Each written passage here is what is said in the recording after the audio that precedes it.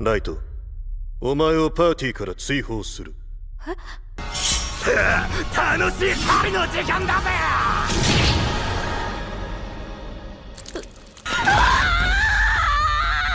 生きたい。僕は生きたい。逃がすな、ガルー。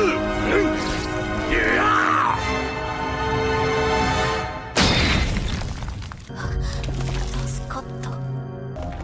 復讐してやる。絶対に奴らを殺せ。Hai teman-teman sekalian, gimana kabarnya? Mimin berharap teman-teman yang menonton video ini dalam keadaan sehat. Dan pada episode kali ini Anul Story akan membawakan alur cerita dari serial anime Fall 2025 yang berjudul Shinji Teita Nakama Tachi. Anime ini menceritakan sang MC bernama Light yang mempunyai skill gacha tak terhingga. Saat dia baru menjadi petualang, Light tiba-tiba direkrut oleh sekelompok orang yang terdiri dari berbagai ras. Karena ras manusia merupakan ras terlemah dan sering dihina, Light merasa senang karena mereka mau menerimanya. Tapi ternyata semua itu hanyalah harapan belaka. Karena ternyata mereka mengkhianati Light dan bahkan akan menghabisinya. Beruntung Light berhasil selamat karena tak sengaja berteleportasi ke dasar dungeon. Di sana Light berhasil membangkitkan potensi kekuatan gacha tak terhingga miliknya. Dia berhasil mensummon pelayan dengan level 9999. Dengan kekuatan itu Light pun akan membalas dendam ke orang-orang yang telah menyakiti dan menghinanya. Nah, daripada penasaran mending langsung saja ke alur ceritanya. Tapi sebelum itu Mimin meminta untuk subscribe dan dukung channel ini. Agar Mimin selalu semangat menceritakan alur cerita anime yang menarik untuk kalian tonton. Scene diawali saat narator memberitahukan jika pada awalnya, dunia ini hanya pusaran berlumpur yang hampa dan kosong. Namun setelah sang dewi menyinarinya dengan cahaya, terbentuklah benua dan terciptalah 9 ras. Ada ras Dragonaut, ras Elf, ras Oni, ras Dwarf, ras Iblis, ras Dark Elf, ras Centaur, ras binatang dan ras manusia. Setelah itu scene kemudian berpindah di saat sang MC kita yang bernama Light pamit kepada keluarganya untuk menjadi petualang di kota. Light berjanji jika dia akan menjadi petualang yang hebat dan akan membuat keluarganya hidup mapan. Singkat waktu nampak sang MC tiba di serikat untuk mendaftar menjadi petualang. Si resepsionis lalu menanyakan apakah Light mempunyai anugerah. Sang MC pun mengiyakannya dan memberitahukan jika ia memiliki skill gacha tak terhingga. Karena resepsionis tak mengetahuinya, jadi Light pun akan memperlihatkannya.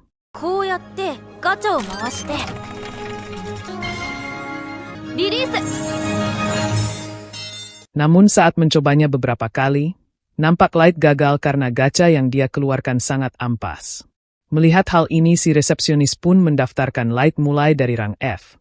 Dia juga memberitahukan jika Light bisa melihat daftar pekerjaan di papan sebelah sana. Namun karena tingkat literasi manusia di dunia ini sangat rendah, jadi Light pun tak bisa membaca. Oleh karena itu si resepsionis menawarkan Light pekerjaan, mulai dari mencari kayu bakar, memindai tanah atau gali gambut. Mendengar hal ini dengan senang hati Light pun menerimanya. Setelah itu nampak Light bekerja dengan keras mulai dari siang sampai malam. Tapi meski sudah bekerja seharian, upah yang ia terima hanya cukup membayar penginapan. Light tambah apes karena upah yang ia peroleh dari seharian bekerja diambil paksa oleh para preman. Tak hanya itu, Light juga mendapatkan penindasan dan hinaan dari ras lainnya. Namun sesaat kemudian hal mengejutkan pun terjadi.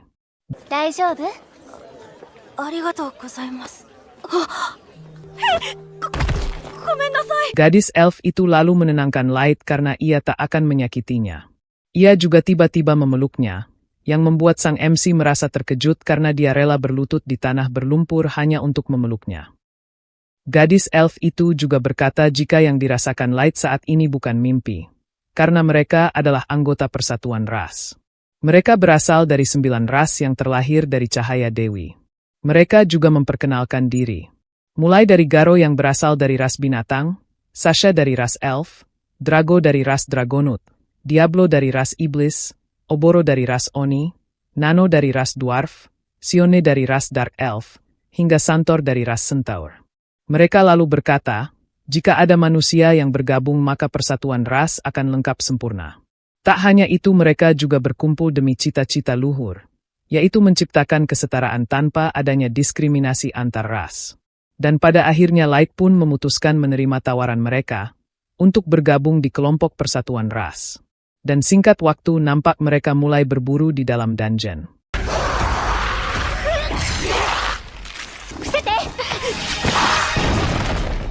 Setelah menyelamatkan Light, Sasha lalu berkata jika dia terlalu maju ke depan.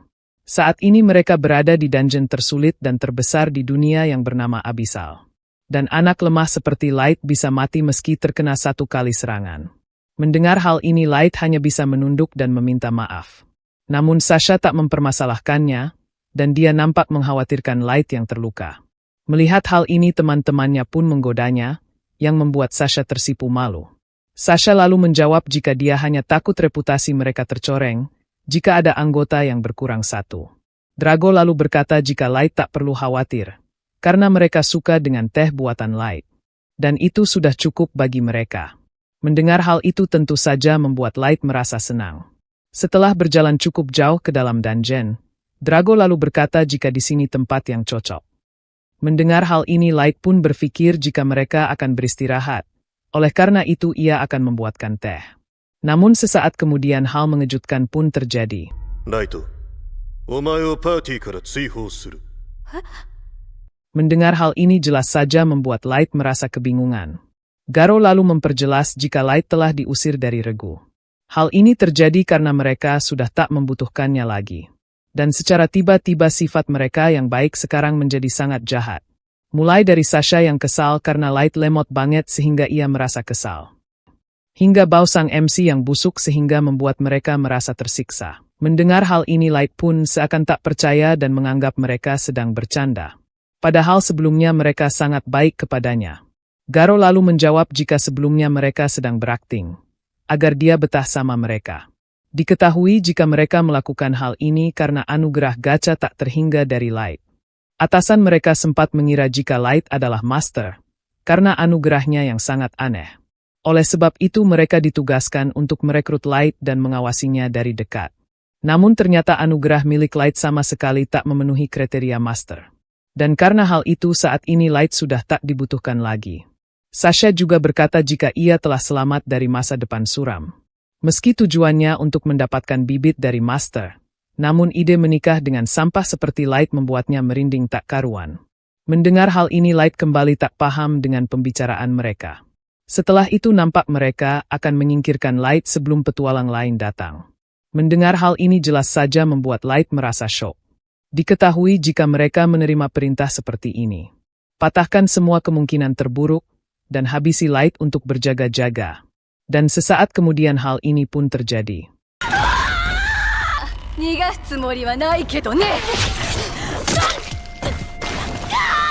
Melihat Light menjerit mereka pun merasa senang dibuatnya.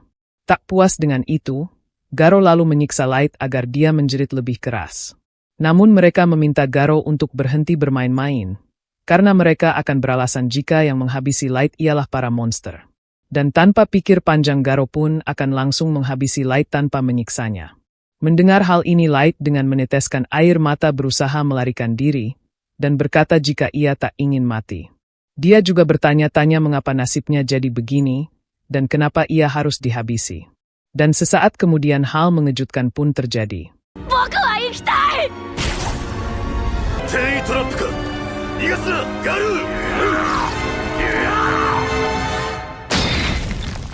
Diketahui jika saat ini Light telah berteleportasi ke bagian lain dungeon.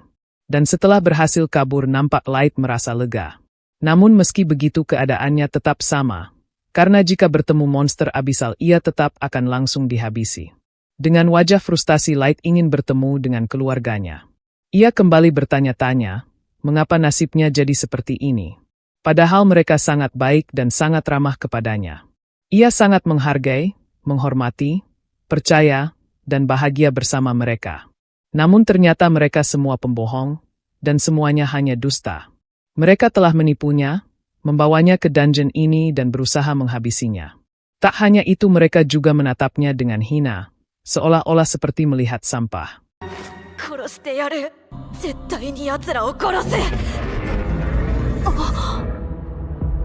Namun setelah berkata hal itu nampak monster abisal datang ke hadapan Light.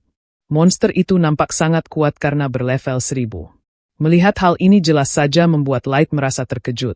Dan ia seakan tak percaya karena monster ini seharusnya cuma mitos. Light pun pada akhirnya beranggapan jika ia telah dikirim ke dasar dungeon. Light tak ingin mati namun ia tak punya cara untuk melawan. Dan ia hanya punya gacha tak terhingga. Namun sesaat kemudian hal mengejutkan pun terjadi.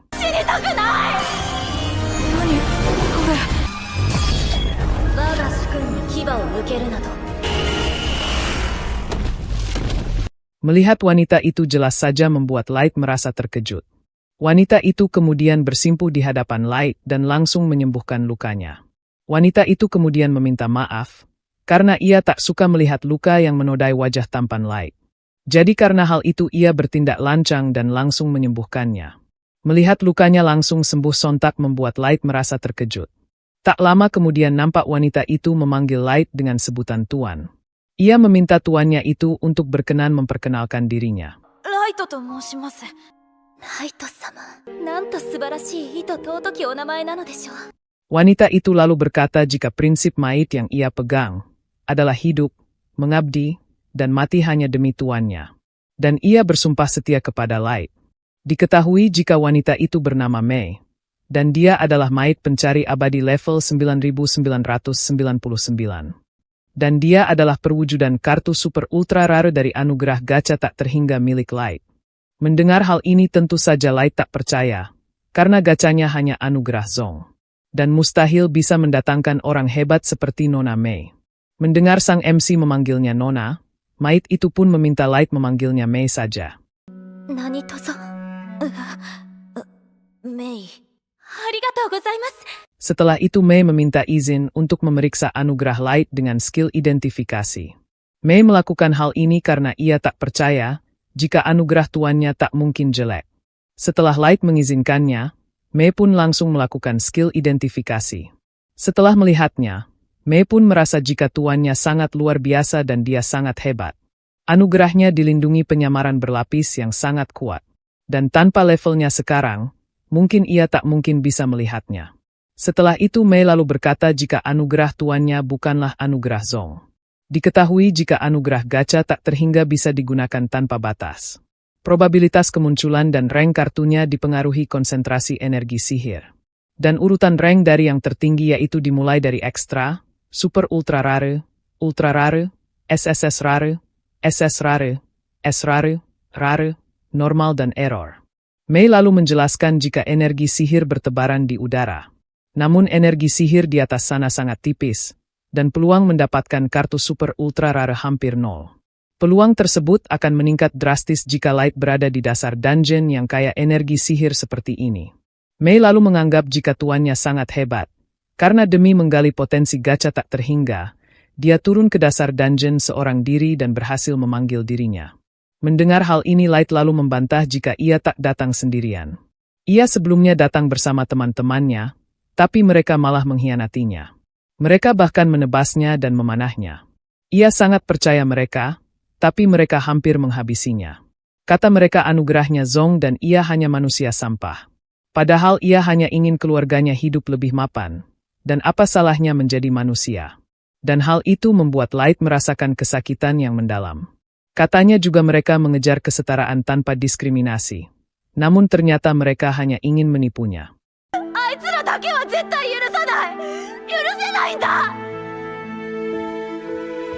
Setelah memeluk sang MC, Mei lalu berkata jika Might seperti dirinya belum bisa memahami kepedihan Light sepenuhnya. Namun dengan kekuatannya menghukum mereka adalah perkara mudah. Mei lalu meminta Light memberikan perintah, dan ia akan memburu para bedebah itu dan menata kepala mereka di hadapan tuannya. Mendengar hal itu Light menolak, karena ia ingin membalas dendam dengan kedua tangannya sendiri. Oleh karena itu ia ingin menjadi lebih kuat. Mendengar hal ini Mei pun mendukungnya, dan akan membantu keinginan tuannya itu. Terlebih lagi ia sangat percaya kepada Light. Mendengar hal itu Light pun tersenyum dan berterima kasih kepada Mei. Tak lama kemudian Light kembali menyalakan gacha tak terhingganya lagi di dasar abisal.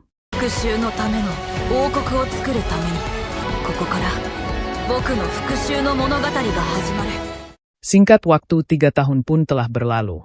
Nampak di dasar Abyssal Light telah membangun kota yang cukup megah. Di sana terdapat para pelayannya yang setia kepada sang MC. Tak hanya setia, mereka juga sangat mengagumi Light. Tak hanya itu, Light juga membangun kota untuk para penduduk dari ras manusia. Mereka nampak menyayangi Light dan dia sudah dianggap seperti raja.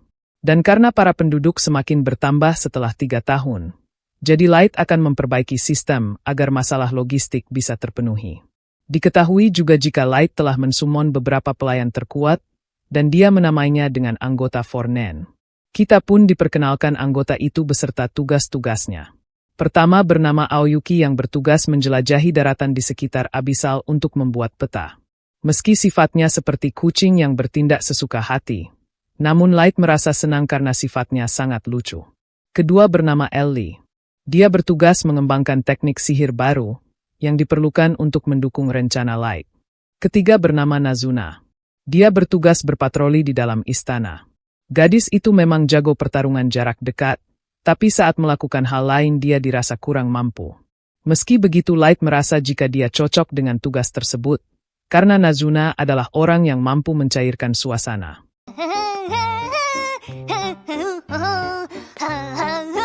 Setelah itu nampak Light dan Mei bertemu dengan Jack. Melihat Jack memanggil Light tanpa sebutan tuan, jelas saja membuat Mei merasa kesal. Namun Light tak mempermasalahkannya, karena ia telah mengizinkan Jack bersikap santai kepadanya. Dan ternyata Jacklah yang telah melatih sang MC selama ini. Setelah itu nampak Light akan latih tanding dengan Jack.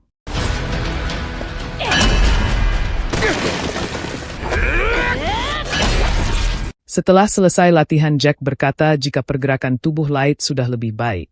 Karena hanya ada sedikit orang yang menandingi sang MC di Abyssal. Jadi Jack yakin tak ada lawan yang bisa menandinginya di atas. Namun meski begitu mereka belum tahu kapasitas lawan di atas sana. Dan Light tak akan lengah, demi bisa membalas mereka.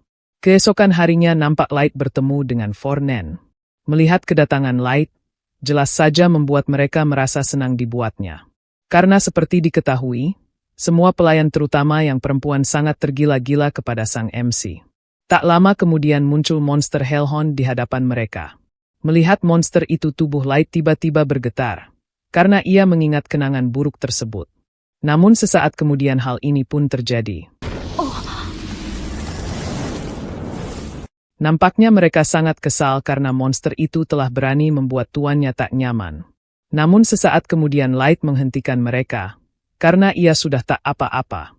Ia juga meminta maaf kepada monster itu, karena mereka telah menakut-nakutinya. Setelah itu Light lalu memberitahukan jika ia sudah mendapatkan kabar dari Mei. Jadi ia ingin mereka bersiap-siap, karena mangsanya kali ini sudah terpancing.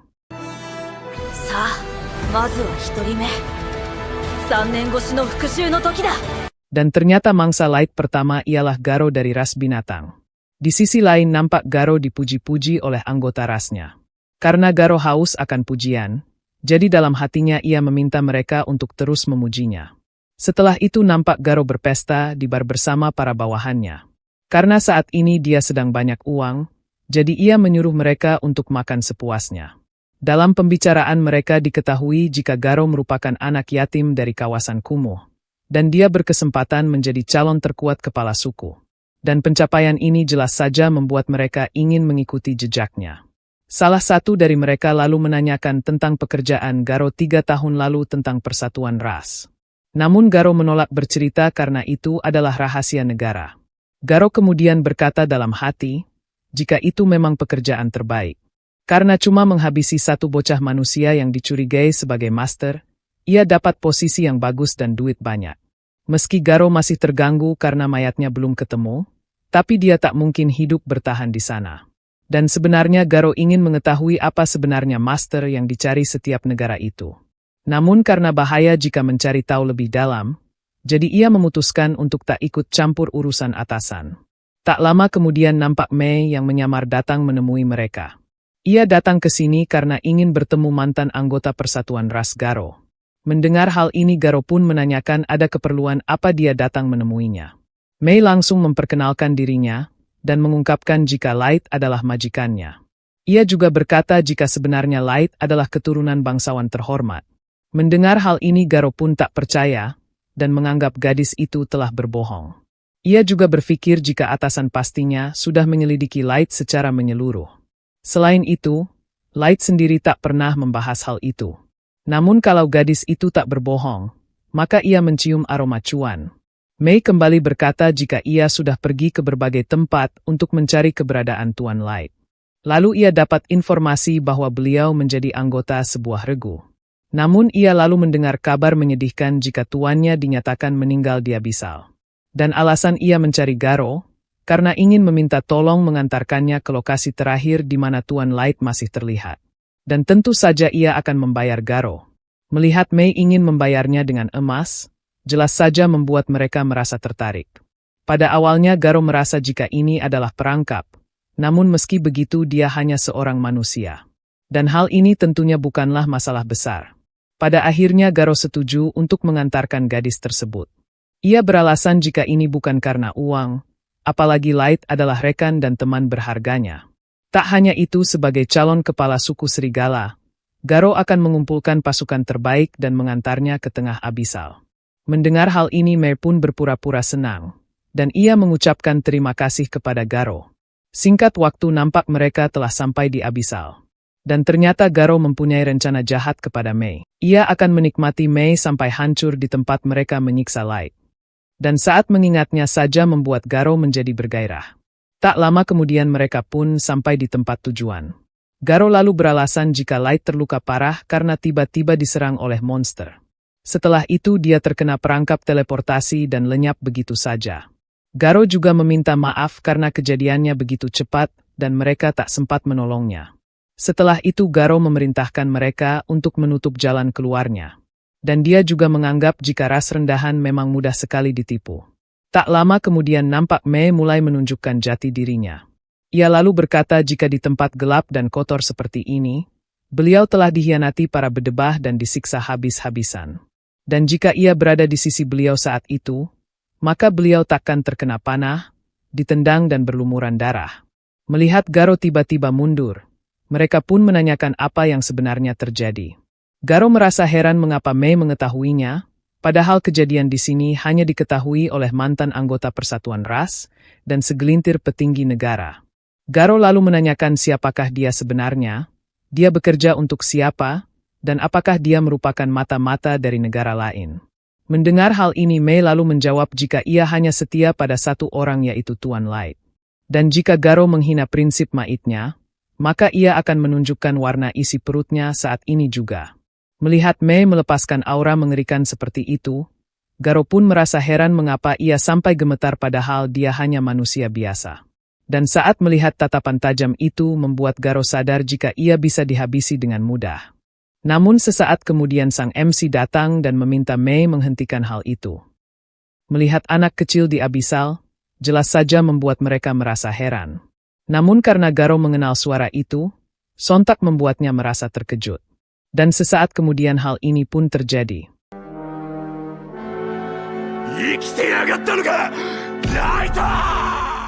Dengan wajah tersenyum Light lalu berkata jika ia mau balas dendam setelah 3 tahun berlalu. Melihat Light mengenal Garo, mereka pun meminta calon kepala suku itu untuk menjelaskan apa yang terjadi. Garo tiba-tiba tertawa saat mendengar Light akan balas dendam. Ia berkata jika itu mustahil karena manusia level 15 kayak dia mau melawannya. Dan dengan sangat bangganya Garo memberitahukan jika dirinya sangat hebat karena berlevel di atas 150. Garo tak tahu bagaimana cara Light bertahan hidup, tapi berani-beraninya dia muncul di hadapannya.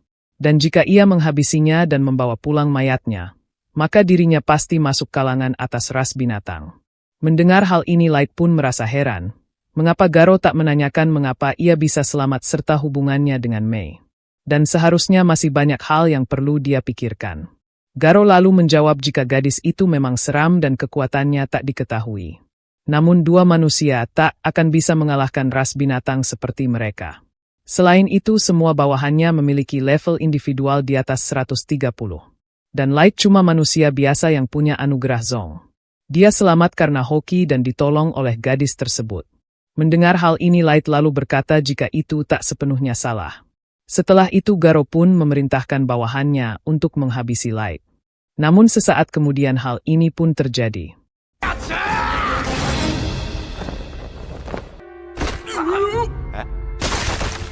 Setelah menghabisi mereka, Mei lalu berkata jika tiada ampun untuk siapapun yang berani menyerang Tuan Light. Sang MC lalu mengucapkan terima kasih dan meminta Mei untuk menutup jalan keluarnya. Melihat bawahannya merasa ketakutan, Garo pun menyuruh mereka untuk tenang. Ia yakin jika itu merupakan serangan kejutan.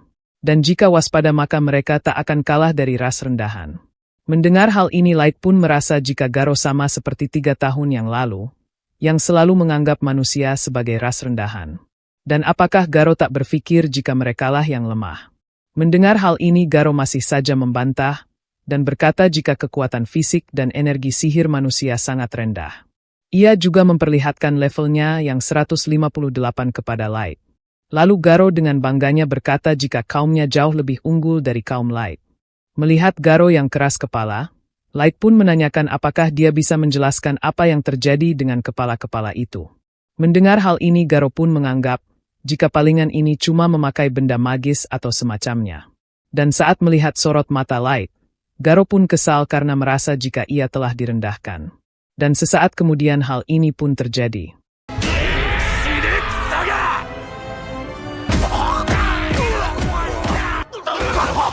Setelah menghajar mereka, Light lalu menanyakan apakah hanya ini kekuatan dari ras binatang. Merasa dihina Garo pun semakin kesal, dan ia langsung mengambil bola kristal dari dalam sakunya. Ia kemudian memanggil hewan magis Fenrir dari bola kristal tersebut. Garo dengan wajah gembira berkata, jika ini adalah kartu asnya yaitu Fenrir level 500. Melihat hal ini Light lalu berkata jika level 500 masih terlalu lemah baginya. Mendengar Light menganggap Fenrir ini lemah, Garo pun merasa jika otaknya telah geser karena ketakutan. Ia pun menyuruh Light minta ampun seperti yang dia lakukan 3 tahun lalu. Mendengar hal ini Light tak peduli, dan malah menyuruh Garo untuk menyerang karena ia tak akan bergerak. Merasa dihina Garo pun semakin kesal dan langsung menyuruh Fenrir itu untuk menyerang. Nampak Light terkena serangan itu dan terjadi ledakan yang cukup kuat. Awalnya Garo merasa senang dan menganggap jika Light telah tamat. Namun secara tiba-tiba Garo dibuat terkejut karena Light baik-baik saja. Para bawahannya juga dibuat terkejut, karena Light bisa menahan serangan dahsyat itu. Tak lama kemudian giliran Light yang akan menyerang. Sang MC merasa heran mengapa dogi kampung itu disebut Fenrir, dan biar ia tunjukkan wujud Fenrir yang asli. Light kemudian mengeluarkan kartu Ultra Rare berlevel 9000. Dan wujud dari kartu itu adalah serigala Dewa Purba Fenrir. Melihat hal ini sontak membuat Garo dan para bawahannya merasa terkejut. Light kemudian menyuruh Fenrir untuk menghabisi dogi kampung tersebut.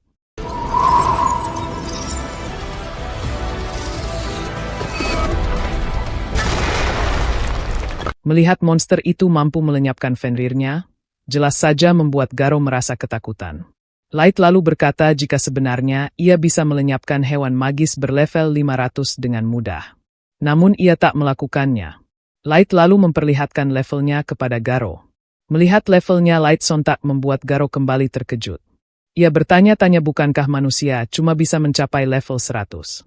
Dan karena hal ini mustahil Garo pun menganggap jika sang MC bukanlah yang asli. Apalagi sosok Light tidak berubah selama 3 tahun. Karena seharusnya bocah manusia masih mengalami pertumbuhan. Light lalu menjawab jika ia telah menghentikan pertumbuhannya dengan gelang keabadian. Ia melakukan hal ini untuk mengingat keputusasaan, kesedihan, dan kemarahan saat itu. Mendengar hal ini Garo pun bertanya-tanya apakah dia benar-benar Light. Dan yang jelas sekarang ia bukanlah tandingannya, karena sekarang dia sudah jadi monster. Setelah memikirkan hal ini Garo pun merasa ketakutan karena ia akan dihabisi oleh Light. Garo kemudian memohon kepada Light untuk mengampuninya, karena ia terpaksa melakukannya atas perintah negara. Garo juga beralasan, jika masalah kali ini terjadi karena para bawahannya seenaknya sendiri. Mendengar hal ini jelas saja membuat para bawahannya tak terima, dan menganggap Garo sebagai pengecut. Garo kembali berkata jika ia memang mengkhianatinya, namun mereka juga pernah melewati momen yang bagus. Dan karena hal itu ia memohon agar Light mengampuninya. Mendengar hal ini Light lalu menanyakan apakah Garo mengetahui soal Master. Mengapa semua negara mencari Master, dan mengapa mereka menghabisinya setelah ia dianggap bukan Master. Dan saat mendengar jika Garo tak mengetahuinya, Light lalu menanyakan hal ini ke para bawahannya. Karena merasa ketakutan mereka pun berbohong kepada Light. Melihat hal ini Mei pun marah besar dan langsung menghabisi mereka. Ia juga berkata, jika siapapun yang membohongi Light pantas dihukum mati. Melihat para bawahannya dihabisi jelas saja membuat Garo merasa ketakutan. Light lalu menanyakan satu hal lagi kepada Garo. Menurut intuisi andalannya, jika saat ini Light berperang melawan negara-negara di atas sana, apakah ia bisa menang? Sebelum menjawab, Light lalu berkata jika Garo berbohong, Mei dapat mengetahuinya karena dia memiliki mata penghakiman. Mendengar hal ini dengan terkencing-kencing, Garo menjawab jika ia paham betul bahwa saat ini Light sangatlah kuat. Dan ia yakin jika Light bisa unggul sementara waktu. Akan tetapi meski level Light dan para bawahannya tinggi, mereka hanya segelintir individu. Negara-negara itu memiliki senjata, baju zirah, dan benda magis yang dikumpulkan dalam kurun waktu lama. Dan jika semua itu dikerahkan, mungkin orang sekuat Light akan kewalahan. Mendengar hal ini Light pun tersenyum karena itu sesuai dugaannya. Light sadar jika segelintir individu memang tak bisa berbuat banyak. Dan ia akan bertanya lagi tapi mereka pindah tempat dulu. Setelah berpindah tempat nampak Garo dibuat terkejut.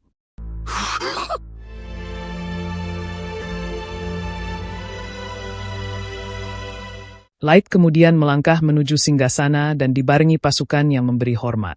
Setelah Light duduk di singgasana itu, ia kemudian meminta pasukannya untuk menampilkan statusnya. Terlihat ada banyak monster dan kesatria berlevel tinggi. Mulai dari pasukan terendah berlevel 1500 dan 3000, sekumpulan monster seperti Fenrir berlevel 9000, 8000 dan 6000, pasukan kesatria berlevel 5000 dan 7777. Serta beberapa jenderal tertinggi berlevel 9999. Semua ini adalah kekuatan tempur Light yang ia bangun selama 3 tahun. Melihat hal ini sontak membuat Garo merasa ketakutan bukan main, bahkan bulunya berubah warna putih saking pucatnya. Light kembali bertanya kepada Garo, apakah dengan kekuatan tempur ini ia bisa meraih kemenangan melawan negara-negara atas. Dan saat melihat reaksi Garo, Light pun menemukan jawabannya. Dan sebagai hadiah ia akan memberinya keputusasaan yang bertubi-tubi, yang lebih parah dari kematian.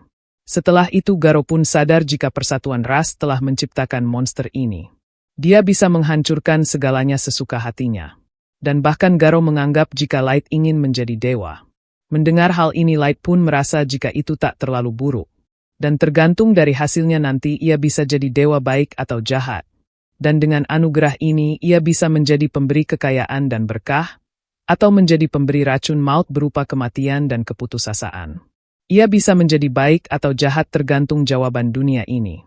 Sa, naraku kara chijou e shingun wo kaishi shiyou. Yami kara hikari eto.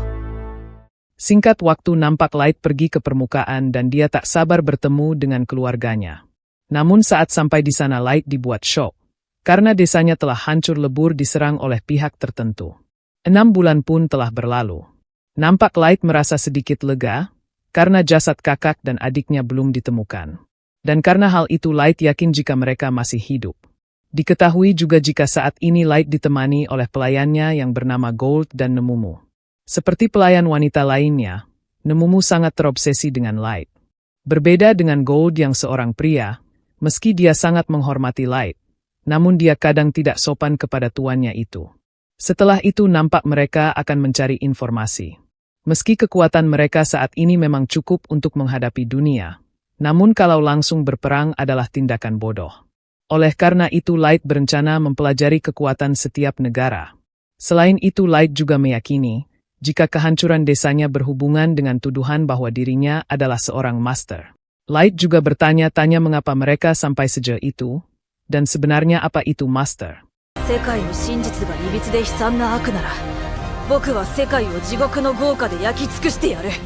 Setelah Light mengeluarkan aura mengerikan seperti itu, Gold lalu menyarankannya untuk tak mengeluarkan aura itu di kota, karena bisa-bisa ada korban. Light pun meminta maaf dan lain kali ia akan hati-hati. Setelah memakai topeng nampak Light berpamitan kepada kedua orang tuanya. Tak lama kemudian nampak mereka akan pergi ke kota Dagas. Diketahui jika saat ini Light akan menggunakan nama Dark sebagai nama samaran. Karena jika tidak mengganti nama, anggota persatuan ras bisa mengetahuinya. Pertama-tama Light harus meningkatkan rank petualangnya sebagai Dark. Dan dengan begitu mereka bisa mendapatkan informasi yang lebih berharga. Setelah hampir sampai di kota Dagaz nampak mereka memutuskan untuk jalan kaki. Karena jika terbang mereka akan menarik perhatian. Namun tak lama kemudian mereka menemukan manusia yang sedang dihadang para bandit. Nemumu, Gold. Setelah mengalahkan para bandit, nampak mereka diantar ke Dagaz sebagai ucapan terima kasih. Mereka juga terkesan karena baru kali ini ada manusia yang mengalahkan dwarf dalam sekejap. Mereka juga dibuat terkejut, karena Dark dan yang lainnya baru akan mendaftar sebagai calon petualang. Mereka ingin mendaftar di Serikat Dagaz dan meningkatkan rank secara bertahap. Mendengar hal ini laki-laki itu lalu memberitahukan, jika kota Dagaz memang sangat tepat untuk mereka. Diketahui jika Dagaz adalah kota kerajaan dwarf, yang terletak di ujung selatan yang berbatasan dengan kerajaan manusia di timur dan keratuan elf di barat. Meski kerap terjadi perselisihan antar negara di sana, tapi kota itu dipenuhi petualang karena kualitas dungeonnya sangat bagus. Kota itu juga menjadi makmur meski letaknya cukup terpencil. Manusianya juga banyak, jadi ia bisa mengelola penginapan manusia di sana. Tak lama kemudian nampak mereka sampai di Dagaz. Setelah menurunkan mereka, pria itu lalu memperkenalkan dirinya. Diketahui jika dia bernama Kernel. Dan apabila Dark dan yang lainnya butuh penginapan, silahkan mampir ke tempat mereka. Setelah itu nampak mereka sampai di Serikat Petualang. Melihat keadaan sekitar Light pun sadar, jika memang benar ada banyak manusia yang jadi petualang di sini. Namun meski begitu mereka tetap saja diperlakukan dengan buruk. Setelah itu karena mereka merupakan petualang baru, jadi peringkatnya berada di tingkat terendah yaitu tingkat F. Tak lama kemudian nampak mereka memutuskan menerima tawaran Kernel untuk menginap di tempatnya. Dark lalu menanyakan apakah dia mau mendengar permintaan egoisnya. Mendengar Kernel menyanggupi hal itu, Dark pun meminta untuk menyewakan lantai teratas untuk mereka selama 1 bulan. Dan selama menginap di sini, jangan sampai ada orang masuk, termasuk para staf di penginapan ini. Dan sebagai biayanya, Light memberikan sekantong emas kepada Kernel. Melihat hal ini Kernel pun merasa sungkan, karena ia tak bisa menerima uang dari penyelamatnya. Namun pada akhirnya ia setuju dan akan memenuhi keinginan Dark. Setelah masuk ke kamarnya Light lalu menggunakan sihir senyap, pengganggu sihir dan deteksi, agar mereka bisa tenang saat berada di dalam sana. Tak lama kemudian Nemumu lalu berkata, jika ia paham tujuan tuannya menyamar menjadi petualang. Namun meski sangat kuat tuannya masih bisa mengalami kecelakaan. Dan tanpa turun tangan sekalipun, tuannya masih bisa memerintahkan mereka. Mendengar hal ini Light pun kesal, dan bertanya apakah Nemumu ingin merampas kesempatan balas dendamnya. Meski Nemumu membantah hal itu, namun Light sudah tersulut emosi.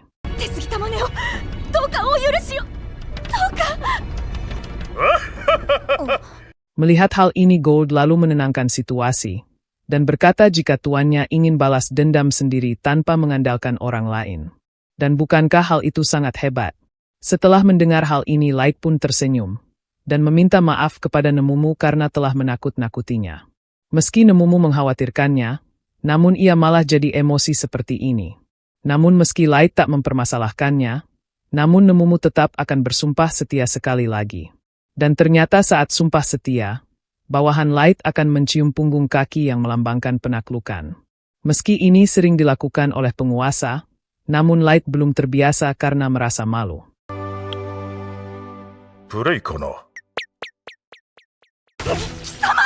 Setelah itu nampak mereka akan berangkat ke dalam dungeon. Namun karena tempat ini sangat ramai petualang, jadi membuat antriannya menjadi panjang. Meski begitu tak terlihat ada elf di sini, karena keratuan elf berebut dungeon dengan kerajaan dwarf dan itu menimbulkan masalah. Namun tak lama kemudian ada 3 orang yang memotong antrian. Melihat mereka Dark pun sadar jika pembawa barang itu pasti pelayannya. Dan orang di tengah itu cukup terlatih, tapi dia masih punya banyak celah. Namun orang paling depan itu berbeda. Dia masih bisa bergerak dengan lincah meski membawa benda sebesar itu. Tak lama kemudian nampak sekelompok petualang di depan Light akan menegur orang-orang tersebut. Namun sebelum itu terjadi Dark memutuskan untuk mendahuluinya. Sang MC lalu menyuruh mereka untuk tidak memotong antrian. Mendengar hal ini pria itu pun merasa kesal, dan menanyakan apakah dia tak tahu siapa dirinya. Light pun menjawab jika ia tak tahu apalagi wajahnya tertutup seperti itu. Selain itu jika dia orang terkenal, seharusnya lebih berhati-hati agar tidak mempermalukan diri sendiri.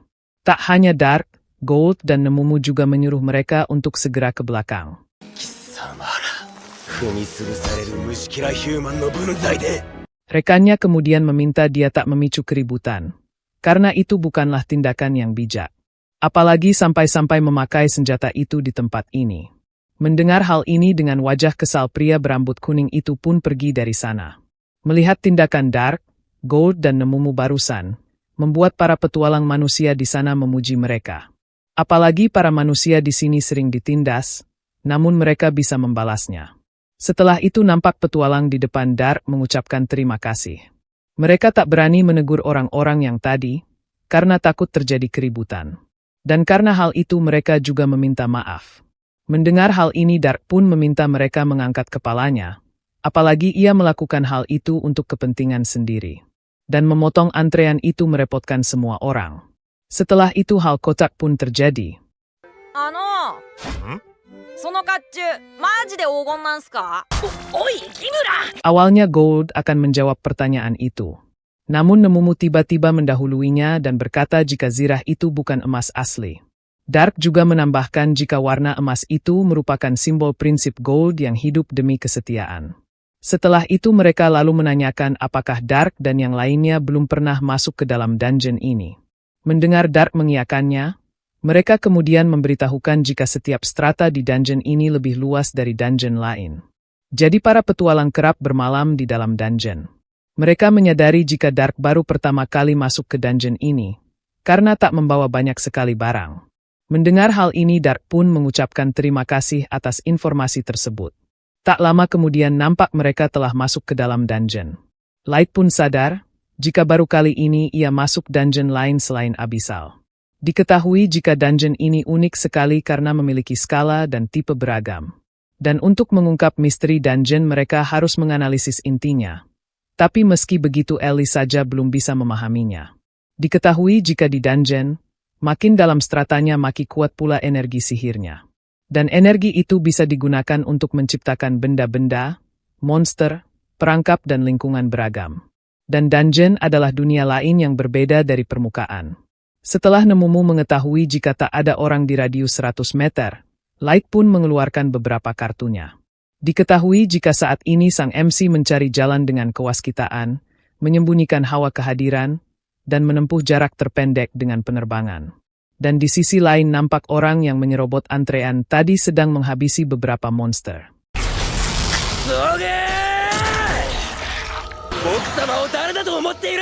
Ia nampak kesal mengapa mereka memperlakukannya seperti itu. Padahal dirinya adalah elf genius yang jadi anggota termuda Kesatria Putih, yaitu pasukan terkuat Keratuan Elf. Tak hanya itu dia adalah elf brilian yang merupakan pahlawan dan jawara yang punya darah master. Dan diketahui jika nama elf itu adalah Kyoto. Mendengar hal ini rekannya yang bernama Yanak lalu menenangkan Kyoto, karena target mereka adalah troll di strata 3. Dan mari lanjutkan perjalanan tanpa meladeni orc di strata 1. Namun Kyoto semakin kesal dan menyuruhnya untuk diam. Kyoto tak terima karena ia telah dihina oleh serangga sampah seperti mereka. Semua pasti gara-gara levelnya saat ini. Meski level itu sudah melebihi level atas yang bisa dicapai elf. Namun Kyoto masih saja tak terima karena jawara sepertinya mana mungkin mentok di level seperti ini. Dan jika levelnya naik, ia pasti bisa membungkam orang-orang yang telah menghinanya. Mendengar hal ini Yanak pun paham dengan perasaan Kyoto. Karena ia juga diusir dari tempat asalnya karena penelitiannya tak dipahami. Dan ternyata mereka adalah rekan yang bersekutu. Meski begitu mereka nampaknya saling memanfaatkan satu sama lain. Diketahui jika Kyoto curiga kepada Dark Elf seperti Yanak. Dan begitu levelnya naik ia tak butuh dia lagi. Di sisi lain nampak Dark dan yang lainnya telah mengalahkan beberapa monster. Mereka akan mengambil kristal magisnya untuk jadi bukti pencapaian strata 3. Dan saat melanjutkan perjalanan, nampak mereka melihat sekelompok petualang sebelumnya yang sedang melawan goblin. Mereka melakukan formasi 3 di depan, dan satu gadis penyihir bersiaga di belakang. Meski begitu ada celah di formasi mereka. じゃあ他のモンスターが来る前に魔石を回収しよう。 Dark lalu berkata jika itu cukup berbahaya. Meski fokus pada musuh di depan memang dasar pertempuran, tapi mereka harus mewaspadai bagian belakang. Dan ternyata gadis di belakang itu hampir diserang oleh ular. Beruntung Light menolong mereka. Meski gigitannya tidak mematikan, tapi bisa melumpuhkan tubuh mereka untuk sementara. Dan jika gadis di belakang itu terkena serangan, maka formasi mereka akan kacau. Setelah itu mereka pun mengucapkan terima kasih kepada Dark. Tak lama kemudian nampak mereka merasakan adanya musuh. Melihat kawanan Wolf keluar dari hutan, mereka pun mengajak Dark dan yang lainnya untuk kabur.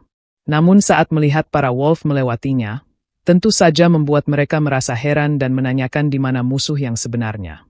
Dan sesaat kemudian mereka dibuat terkejut karena yang datang selanjutnya adalah kuat mantis. Melihat monster itu mereka pun tak percaya, karena seharusnya monster itu sudah dikalahkan 10 tahun yang lalu. Karena monster itu sangat berbahaya, jadi mereka mengajak Dark untuk lari bersama. Namun saat mendengar hal ini Dark lalu menanyakan, jika mereka ingin lari bolehkah ia mengalahkannya. Kelihatannya dia cukup tangguh, dan mungkin berlevel sekitar 500. Mendengar hal ini sontak membuat mereka merasa terkejut, dan kembali mengajak Dark untuk lari dan melapor ke Serikat. Namun Dark menjawab jika ini bukan masalah. Tak lama kemudian nampak kuat mantis itu mulai menyerang. Melihat hal ini tanpa pikir panjang Gold akan menyerangnya duluan. Setelah beradu kekuatan, nampak Gold memuji monster itu karena dia tak terluka setelah terkena pedangnya. Bersamaan dengan itu nampak Dark menyerang dengan kekuatan sihir panah api. Tapi sayangnya sihir Dark berhasil dipatahkan oleh monster tersebut. Melihat hal ini, Leo merasa jika mereka tak akan bisa mengalahkannya. Oleh karena itu ia meminta sang adik untuk membantu mereka. Namun Mia malah terkejut, karena Dark mampu menggunakan sihir tempur tanpa mantra. Dan entah mengapa mereka tak memahami kehebatan Dark. Namun karena Leo tak paham tentang sihir, jadi ia kembali meminta Mia untuk menolongnya. Mendengar hal ini Gold lalu menenangkan mereka, dan ia juga akan mengajarkan bagaimana cara memakai pedang dan perisai.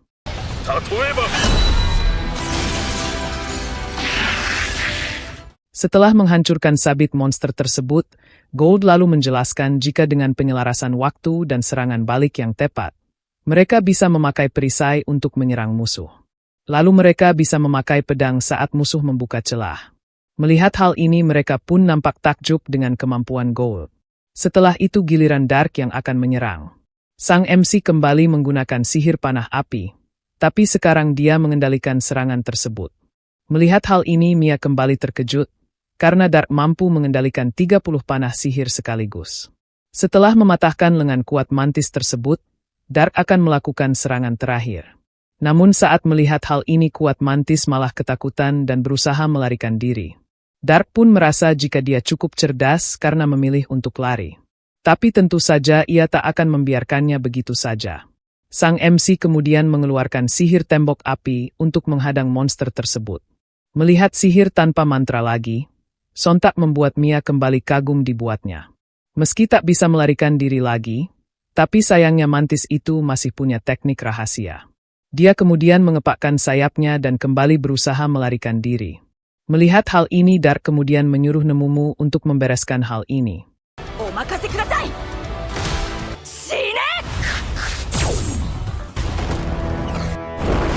Meski Nemumu berhasil mengalahkannya, namun Gold merasa jika tindakannya ini cukup merugikan karena dia malah mencincang kerangka luarnya. Dan sekarang mereka tak bisa menjual cangkang tersebut. Mendengar hal ini jelas saja membuat Nemumu merasa panik, dan langsung meminta maaf kepada Dark. Melihat Dark dan yang lainnya mengalahkan kuat mantis, jelas saja membuat mereka merasa terkejut dan menanyakan siapakah orang-orang ini sebenarnya. Setelah itu nampak mereka masih beruntung karena kristal sihirnya masih utuh. Dan dengan ini mereka bisa naik rank. Setelah itu Leo lalu menanyakan apakah mereka merupakan petualang terkenal. Namun saat mengetahui jika Dark dan yang lainnya merupakan petualang rank F, jelas saja membuat mereka merasa terkejut. Setelah mengucapkan terima kasih, Leo lalu memberitahukan jika ia akan berkemah di dekat sini. Dan oleh karena itu ia mengajak mereka berkemah bersama. Awalnya Dark menolak karena tak ingin merepotkan mereka. Namun saat mengetahui jika Mia ingin menanyakan tentang sihir kepadanya, jadi pada akhirnya sang MC pun menerimanya. Setelah itu nampak mereka makan malam bersama. Mia lalu memberitahukan jika ia tak bisa memakai sihir tanpa mantra apalagi sihir taktis. Dan saat Leo menanyakan apakah memakai sihir tanpa mantra merupakan hal yang hebat, Mia pun kembali kesal dan memberitahukan jika itu adalah hal yang luar biasa. Karena Leo tak mengetahui tentang sihir, jadi Mia pun menjelaskan jika sihir dibagi menjadi 3 kelas utama. Pertama, sihir tempur yang merupakan sihir tunggal seperti panah api dan pedang es. Kedua, sihir taktis yang merupakan sihir besar dan bisa memengaruhi area luas, seperti tembok api yang tadi. Ketiga, sihir strategis yang merupakan sihir dahsyat dan bisa mengguncang dunia seperti meteor, tsunami atau gempa bumi. Dan sihir itu hanya bisa dilakukan banyak ahli sihir yang menyatukan energi dan merapal mantra bersama. Ras naga, elf, dark elf, dan iblis bisa melakukannya dengan mudah. Tapi hal itu mustahil untuk manusia.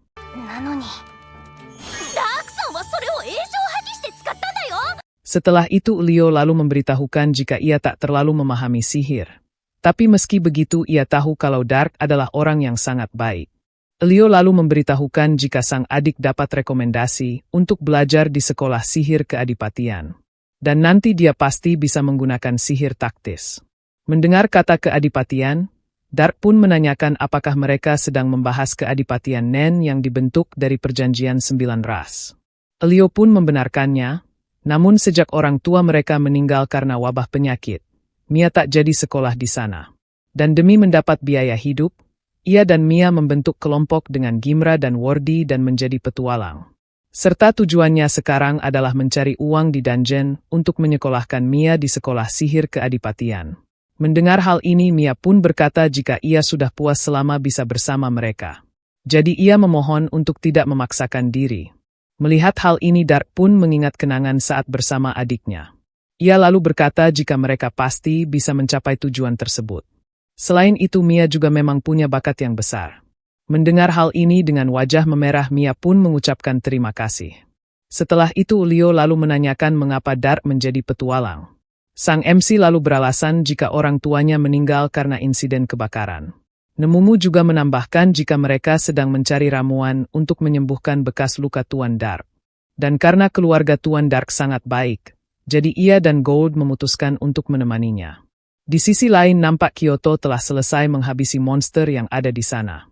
Meski Yanak memujinya, namun ia merasa kesal karena seharusnya harta nasional grandius ini tak digunakan untuk memburu monster lemah. Yanak lalu menenangkannya, karena tujuan mereka adalah mendobrak batas maksimal pertumbuhan ras. Dan mereka saat ini sedang mencari bahan-bahan penelitiannya. Dan selanjutnya, mereka akan mencari manusia untuk dijadikan intinya. Setelah itu nampak Dark menukarkan kristal ke serikat petualang. Mendengar jika mereka mengalahkan kuat mantis, jelas saja membuat para petualang di sana merasa terkejut dan kagum. Bahkan mereka mendapatkan julukan sebagai Pandir Hitam. Tak lama kemudian nampak 2 orang menanyakan apakah mereka merupakan Pandir Hitam. Melihat Nemumu mengeluarkan senjata, mereka pun merasa ketakutan dan langsung memperkenalkan diri. Diketahui jika mereka bernama Sufellan dan Gilbert. Dan ternyata Sufellan hanya ingin memastikan apakah Pandir Hitam telah mengalahkan kuat mantis dan mencapai strata 5. Awalnya Gilbert tak percaya dengan hal ini. Namun Nemumu kembali mengancam dan menanyakan apakah dia tak percaya kepada Tuan Dark. Dengan wajah panik mereka memberitahukan, jika keperluannya hanya ingin mendukung dan memberi semangat.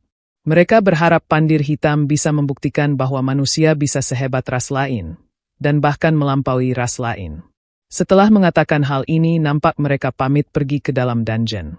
Tak lama kemudian terdengar omongan orang-orang dari ras lain, yang memandang rendah ras manusia. Mereka beralasan jika ras manusia cuma mengarang soal kekalahan kuat mantis tersebut. Dan soal sihir taktis tanpa mantra, mereka yakin jika Pandir Hitam cuma berbohong.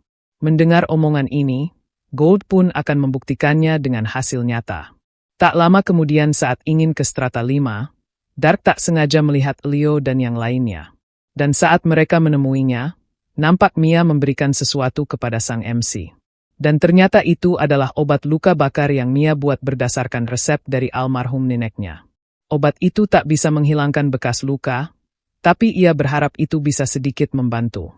Mendengar Dark mengucapkan terima kasih, jelas saja membuat Mia merasa senang dibuatnya. Leo lalu mengungkapkan jika adiknya ingin membalas budi. Jadi dia membuat obat itu setelah berpikir mati-matian. Mendengar hal ini, Dark pun memutuskan untuk memberikan hadiah juga kepada Mia. Meski Mia merasa sungkan karena menerima benda yang sebagus itu, namun Dark menenangkannya karena ungkapan perasaan Mia membuatnya merasa senang. Pada akhirnya Mia pun menerimanya, dan ia tak lupa mengucapkan terima kasih. Ia juga akan menjaga gelang ini seumur hidupnya. Saat pergi dari sana, diketahui jika gelang itu merupakan item SS rare, yang bernama gelang simpul doa. Benda itu bisa menciptakan keajaiban kecil melalui harapan kuat. Setelah itu nampak mereka telah sampai di strata 5. Dark kemudian meminta mereka mengalahkan Yeti di sini. Setelah itu nampak sang MC pulang ke istananya, dan ia langsung disambut oleh anggota Fornen. Setelah itu Light lalu menanyakan bagaimana kemajuan rencana balas dendamnya. Ellie lalu menjawab jika semua persiapannya akan selesai sebentar lagi. Mendengar hal ini Light pun memujinya, dan sepertinya ia percuma kembali ke sini. サーシャがどんな絶望の顔を見せてくれるのか、今からとても楽しみだよ。 Di sisi lain di strata 3, nampak Suffelan menanyakan kepada Gilbert tentang pandir hitam. Katanya saat mengalahkan kuat mantis, bocah itu menggunakan sihir taktis tanpa mantra. Karena sumber berita ini dari seorang gadis manusia, jadi Gilbert pun percaya dan itu bukanlah omong kosong belaka. Dan jika itu benar, mungkin dia adalah jawara dalam dongeng atau reinkarnasi pahlawan. Suffelan pun mengharapkan hal ini, karena ia sangat ingin Dark mengakhiri diskriminasi konyol terhadap manusia. Setelah itu nampak Suffelan ingin pergi sebentar untuk buang air kecil. Namun saat ia kembali hal mengejutkan pun terjadi. まったく虫けらの分際で僕様を待たせるとか不敬じゃないか。 Melihat teman-temannya telah dihabisi, jelas saja membuat Suffelan merasa terkejut. Meski begitu ia harus tenang di situasi seperti ini. Sedangkan Kyoto merasa kesal karena ras manusia berani mengabaikannya. Dia kemudian menginjak kepala Gilbert dan menyuruh Suffelan untuk berbicara. Suffelan pun sadar jika ia tak bisa mengalahkan elf tersebut. Oleh karena itu ia harus melapor ke serikat. Dan sesaat kemudian hal ini pun terjadi.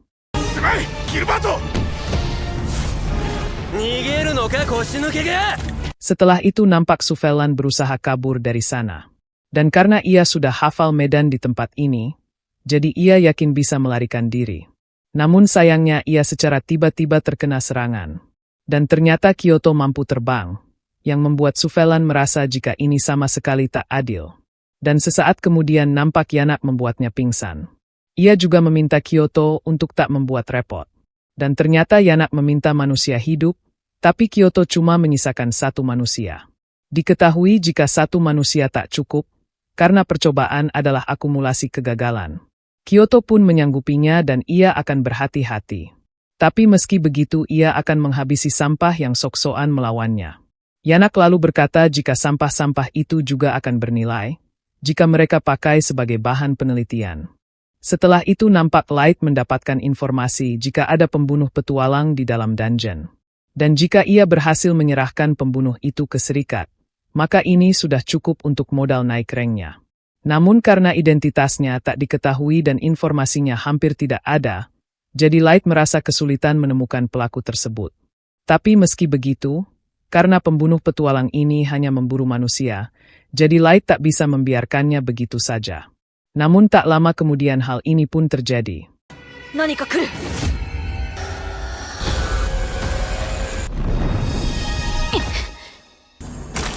Dalam keadaan pingsan nampak Mia berkata jika ia harus memberitahu Dark. Sang MC tanpa pikir panjang langsung menyembuhkannya. Dark juga meminta maaf, karena ia akan mengintip ingatannya sebentar. Dalam ingatan Mia, nampak mereka mendapatkan informasi jika ada pembunuh petualang yang mengincar manusia. Awalnya Leo menganggap jika ini ulah dari monster. Namun petualang yang memberi informasi itu membantah, Karena mana mungkin ada monster yang bisa memakai beberapa sihir dengan elemen berbeda. Oleh karena itu mereka menyuruh Leo dan yang lainnya untuk segera pergi dari tempat ini, dan sampaikan informasi ini kepada petualang yang belum tahu. Setelah itu nampak mereka bergegas pergi dari tempat ini. Meski sudah berjalan cukup panjang, namun mereka belum mencapai setengah target perjalanan. Dan jika berkemah di sini, maka mereka takut akan bertemu dengan pembunuh petualang tersebut. Namun tak lama kemudian hal yang ditakutkan pun terjadi. Nampak Kyoto dan Yanak datang dan menanyakan masalah apa yang terjadi.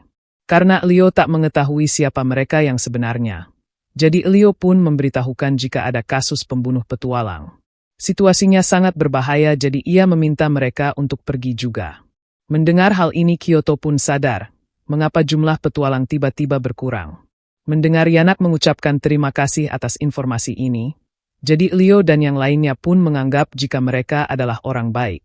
Namun sesaat kemudian Leo dan yang lainnya merasa terkejut saat mendengar Kyoto tak menyangka jika serikat bisa cepat tanggap seperti ini. Karena Leo tak menyadari apa yang terjadi, jadi Yanak pun berkata jika para manusia memang lemot. Kyoto lalu mengeluarkan pedangnya dan berkata jika mereka adalah serangga terakhir yang akan dihancurkan malam ini. Mendengar hal ini jelas membuat mereka merasa terkejut, karena sadar jika orang yang di depan mereka adalah pembunuh petualang. Di tengah ketakutan itu Leo, Gimra dan Wordy kemudian menyuruh Mia untuk lari, karena mereka akan mengulur waktu. Mendengar jika mereka akan mengulur waktu Kyoto pun merasa kesal.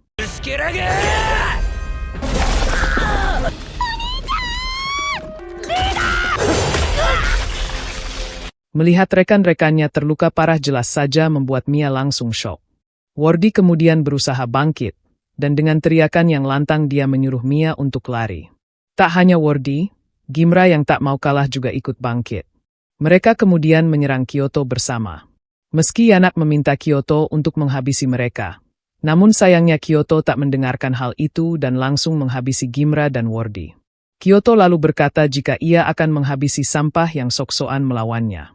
Meski tersisa satu anak manusia yang ahli sihir, namun Yanak berkata jika mereka tetap membutuhkan pemuda. Kyoto pun mengerti, namun sekarang ia akan bersenang-senang dengan gadis kecil itu terlebih dahulu. Yanak pun mempersilahkan Kyoto untuk meredakan nafsunya, namun ia tak boleh menghabisi gadis tersebut. Melihat hal ini jelas saja membuat Mia merasa ketakutan. Kyoto lalu berkata jika dia seharusnya bangga, karena calon hero seperti dirinya telah memilihnya.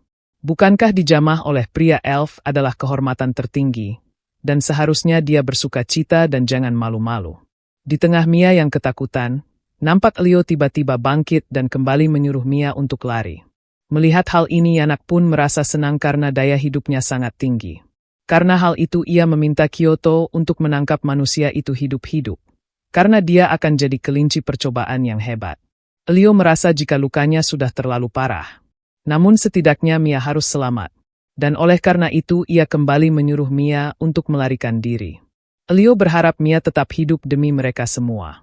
Dengan berat hati dan berderai air mata, Mia kemudian melarikan diri dari sana. Melihat hal ini Yanak pun meminta Kyoto untuk mengejar gadis tersebut. Namun karena Leo mengganggu jadi Kyoto akan membereskan dia terlebih dahulu. Yanak kembali meminta Kyoto untuk tak menghabisinya. Namun Kyoto merasa kesal karena menangkap serangga hidup-hidup itu lebih merepotkan. Leo lalu berkata jika pertarungan itu butuh kreativitas. Dan gunakan akal untuk menyulitkan musuh. Ternyata Leo sedang mengingat perkataan Gold sebelumnya, yang mengajarkannya teknik bertarung dengan perisai dan juga pedang. Setelah mengingat hal itu, Leo langsung melemparkan pedangnya ke arah Kyoto. Dan dengan penyelarasan waktu dan serangan balik yang tepat, Leo bisa memakai perisai untuk menyerang musuh. Tak disangka rencana Leo berhasil, yang membuat Kyoto terkena serangannya. Setelah dijatuhkan oleh Leo, nampak Kyoto naik pitam apalagi dia melihat Leo merasa senang dengan hal ini.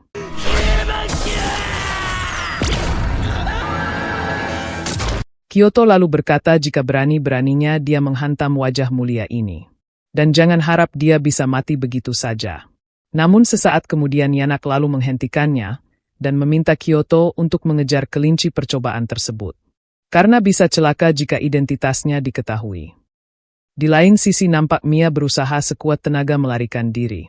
Namun sayang langkahnya terhenti karena Kyoto berhasil mengejarnya. Dia lalu berkata jika pedangnya bisa menciptakan klon pedang dan mengendalikannya sesuka hati. Dan inilah kekuatan pedang Grandius, pusaka legendari kelas Phantasma yang dimiliki keratuan elf. Dan dengan kekuatan ini, serangga seperti mereka pastinya bisa ditangkap dengan mudah. Tapi meski begitu Mia tak akan menyerah, dan tak akan menyia-nyiakan waktu berharga yang diperjuangkan kakak dan yang lainnya. Mia kemudian melepaskan serangan tipe S. Sayangnya serangan Mia barusan berhasil diatasi dengan mudah, dan dia kembali dijatuhkan oleh Kyoto. Elf itu lalu menyuruh Mia untuk mendekat, dan melayani calon hero seperti dirinya. Mendengar hal ini Mia lalu berkata jika dia bukanlah hero, karena hero dan pahlawan adalah sosok yang kuat dan baik seperti Dark. Sedangkan dia hanya cuma menindas kaum lemah. Mendengar hal ini Kyoto lalu mengingat hinaan yang pernah ia dengar waktu dulu. Mulai dari dirinya yang hanya menindas kaum lemah, jadi penjilat di depan komandan, elf gagal, serta levelnya yang sudah mentok. Setelah itu Mia lalu berkata, jika dia cuma pecundang dan pengecut. Mendengar hal ini sontak membuat Kyoto naik pitam dan akan menyerang Mia dengan sihir. Dan sesaat kemudian hal ini pun terjadi.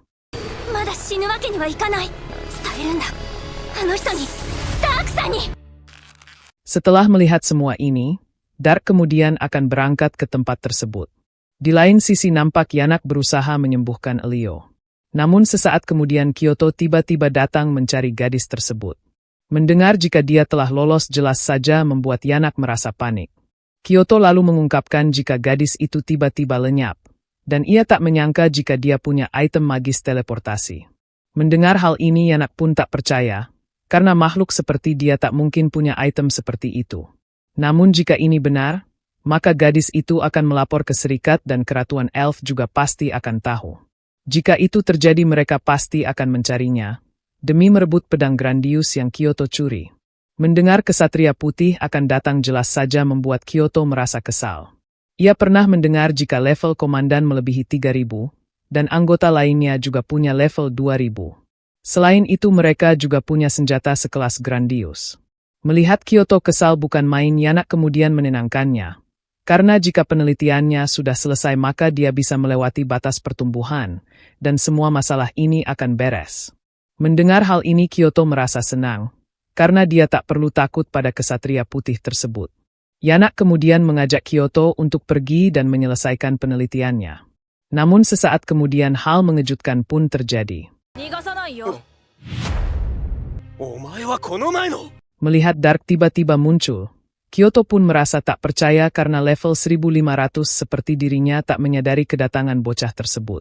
Dark nampak bersedih karena Gimra dan Wardy telah tiada. Tapi meski begitu, untungnya Leo masih bisa bernafas. Meski dilakukan sembarangan, namun dia dapat pertolongan pertama. Melihat Gold mengambil tubuh Leo, jelas saja membuat Yanak terkejut karena ia tak menyadarinya. Setelah menyembuhkan Leo, sang MC pun bertanya-tanya mengapa mereka jadi begini, dan mengapa mereka harus mengalami ketidakadilan ini. Di dunia penuh diskriminasi ini, mereka tetap positif, berjuang keras, dan hidup saling mendukung demi mewujudkan impian Mia. Meski ini hanya angan-angan kecil, jika mereka bisa bertemu dalam sebuah kesempatan, mungkin mereka bisa jadi teman yang baik. Karena itu tiada ampun bagi mereka berdua. Mendengar hal ini Yanak lalu berkata jika sang MC sepertinya salah sangka. Seperti yang terlihat, ia hanya menyembuhkan dan menyelamatkan pemuda sekarat itu. Dan jangan asal tuduh begitu saja. Mendengar hal itu Dark lalu berkata, jika ia sudah melindungi gadis yang mereka kejar. Tapi tenang saja, ia tak akan melaporkan hal ini ke Serikat. Mendengar hal ini sontak membuat Kyoto merasa senang, dan berkata jika dirinya beruntung banget. Ia memang merupakan sosok hero dan sosok yang disayangi Dewi. Mendengar jika dia mengaku-ngaku sebagai hero, Dark pun tak habis pikir karena dia cuma sampah tapi lagaknya bikin ketawa. Dark lalu berkata jika mereka adalah mangsanya, dan ia takkan melibatkan Serikat. Mereka akan merasakan derita yang jauh lebih parah sampai membuat mereka enggan untuk hidup. Dan ia akan menghabisi mereka dengan tangannya sendiri.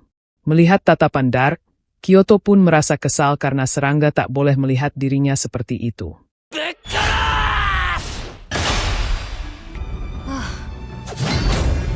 くだらない。 Melihat hal ini jelas saja membuat Yanak merasa terkejut. Dark kemudian menyuruh Kyoto untuk serius, karena jika tidak ia bisa menghabisinya tanpa sengaja. Merasa diremehkan oleh manusia rendahan jelas saja membuat Kyoto kembali naik pitam. Setelah mengeluarkan sihir pedang grandius, Kyoto lalu berkata, untuk takut dan gemetarlah saat melihat pusaka kelas Phantasma. Nampak serangan sihir itu menyerang Dark secara bertubi-tubi. Tapi meski begitu sang MC bisa menghindarinya dengan mudah. Melihat serangan ini Nemumu dan Gold pun sadar, jika pedang-pedang itu diperkuat sihir. Selain itu setiap pedang memiliki elemen sihir yang berbeda. Tapi itu bukan masalah besar untuk Tuan Light. Meski serangan ini cukup kuat, tapi Dark merasa jika ini bukanlah apa-apa. Melihat Dark menghentikan serangan dari belakang yang dilakukan Kyoto dengan memijak grandius, jelas saja membuat Yanak merasa terkejut. Ia tak percaya jika manusia bisa mengimbangi elf yang punya pedang kelas Phantasma. Kyoto kemudian merasa kesal, karena ia mengira jika Dark telah menyamar dan menyembunyikan identitasnya sebagai pendekar. Dan saat mendengar jika Dark adalah ahli sihir, Kyoto pun tak percaya karena tak mungkin ahli sihir bisa mengimbanginya. Setelah itu nampak Dark mengeluarkan sihir S-Sword. Melihat hal ini Kyoto pun nampak terkejut karena dia mengeluarkan sihir tanpa mantra. Tak ingin kalah begitu saja, Kyoto kembali menyerang dengan sihir pedangnya. Tapi sayang Dark dengan mudah menghancurkan serangan itu dengan sihir S-Sword. Melihat hal ini sontak membuat Yanak merasa terkejut karena dia mampu mengendalikan S-Sword tersebut. Tak hanya itu dia juga berhasil menghancurkan klon Grandius dengan S-Sword secara akurat. Dan karena hal itu, Yanak pun menganggap jika energi sihir Dark telah melampaui ahli sihir elf.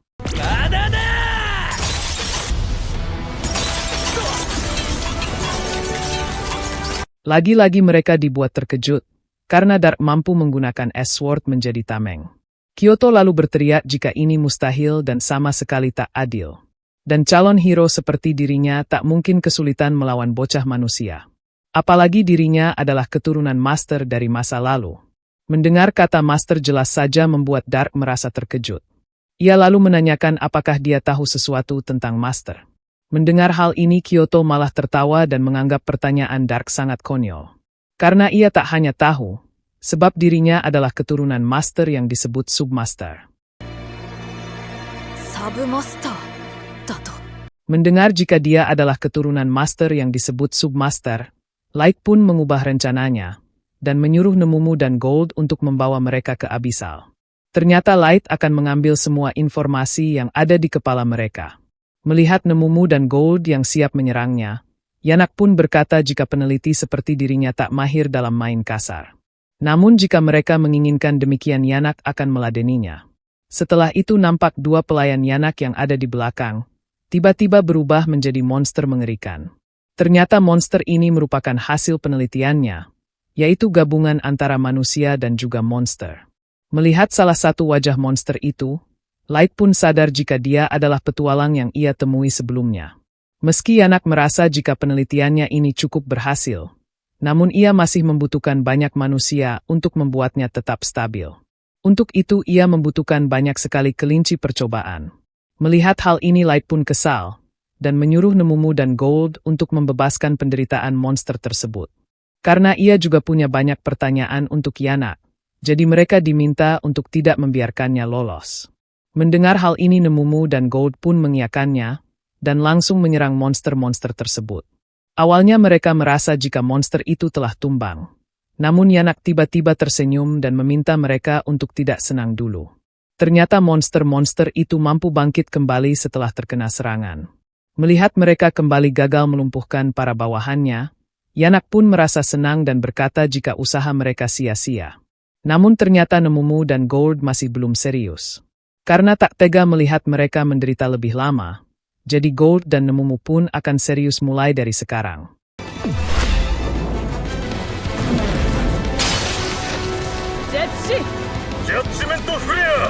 Awalnya Yanak masih percaya diri jika kelinci percobaannya itu tak terkalahkan. Namun sesaat kemudian ia dibuat terkejut karena mereka tak bisa beregenerasi. Bersamaan dengan itu nampak Nemumu menendang burungnya, yang membuat Yanak langsung pingsan. Di sisi lain nampak Kaito dibuat terpojok dengan serangan sang MC. Melihat tatapan Light, Kaito pun mengingat bocah sebelumnya, yang langsung membuatnya naik pitam. Karena merasa terus-terusan diremehkan, jadi Kaito mengeluarkan serangan terkuat dari pedang Grandius. Melihat serangan ini, Light pun sadar jika ada beberapa efek sihir yang memperkuat pedangnya. Pedang itu jadi besar dan cepat, serta bisa panjang pendek tidak beraturan.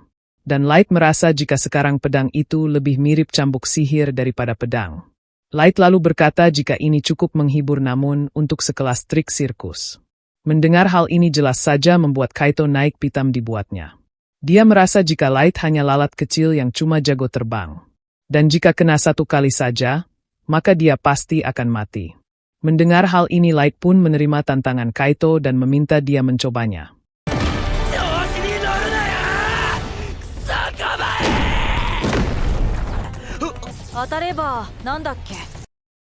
Kaito yang kesal kembali menyerang Light secara bertubi-tubi, namun sayangnya serangan itu sama sekali tak bisa menembus Light. Ia merasa heran mengapa pedang sekelas pusaka negara tak bisa melukainya. Karena waktu senang-senangnya sudah berakhir, jadi Light langsung memberinya pelajaran. Setelah membuat Kaito tersungkur, Light lalu berkata jika ia masih punya pertanyaan untuknya. Jadi ia akan menghabisinya setelah memberinya rasa sakit yang cukup, yang membuat Kaito enggan untuk hidup. Merasa ketakutan Kaito pun menyerah, dan ia langsung meminta maaf kepada Light. Melihat hal ini sang MC lalu menanyakan apakah dia tak ingin melawan. Katanya dia adalah calon hero dan pahlawan. Dan entah sesulit apapun keadaannya, seharusnya hero atau pahlawan tidak menyerah dan tetap melawan. Hal itu seperti yang dilakukan Elio, Gimra dan Wordy, yang tidak pernah berhenti berjuang untuk melindungi Mia darinya. Oleh karena itu Light akan memberi Kaito kesempatan. Lawan ia sekali lagi, dan jika berhasil melukai wajahnya sedikit saja maka sang MC akan membebaskannya. Dan jika Kaito memang calon hero dan pahlawan, buktikanlah dengan perjuangan sampai titik darah penghabisan. Mendengar hal ini bukannya menerima kesempatan yang dibuat Light, namun Kaito malah semakin ketakutan dan langsung berusaha melarikan diri.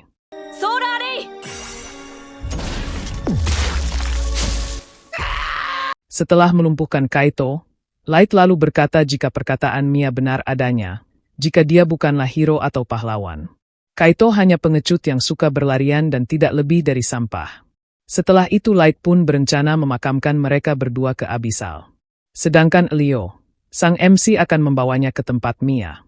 Tak lama kemudian Yanak dan Kaito menanyakan, apa yang akan terjadi pada mereka sendiri. Light lalu memberitahukan jika ia akan membawa mereka ke Abyssal, karena ia punya banyak pertanyaan untuk mereka.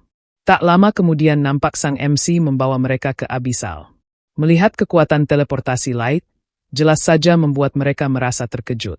Dan saat mendengar jika tempat ini ada di dasar Abyssal dan merupakan markas sang MC, jelas saja membuat mereka merasa terkejut. Karena tempat ini merupakan dungeon terbesar dan terburuk di dunia. Apalagi jaraknya terlalu jauh dengan dungeon Dagas. Mendengar mereka tak percaya, Nemumu kembali menginjak-ninjak mereka. Tak lama kemudian nampak anggota Fornen datang dan menyambut kedatangan tuannya. Mengetahui jika Kaito dan Yanak merupakan penjahat yang telah menghabisi banyak orang, para anggota Fornen pun langsung mengintimidasi mereka. Melihat aura mereka yang sangat menakutkan, jelas saja membuat Kaito dan Yanak merasa ketakutan. Sang MC lalu memberitahukan jika mereka dibawa ke sini untuk mengulik informasi mengenai Master. Dan setelah itu selesai, maka mereka bebas menghabisi kedua orang tersebut. Tak lama kemudian sang MC meminta Gold untuk secepatnya merawat Elio. Sedangkan Nemumu, dia diminta untuk memakamkan Gimra dan Wordy. Namun tak lama kemudian nampak Yanak dan Kaito kembali memohon ampunan sang MC. Dan mereka saling menyalahkan satu sama lain. Mendengar hal ini sang MC pun menanyakan, apa yang terjadi jika mereka berada di posisi unggul, dan orang yang mereka anggap serangga memohon-mohon seperti tadi.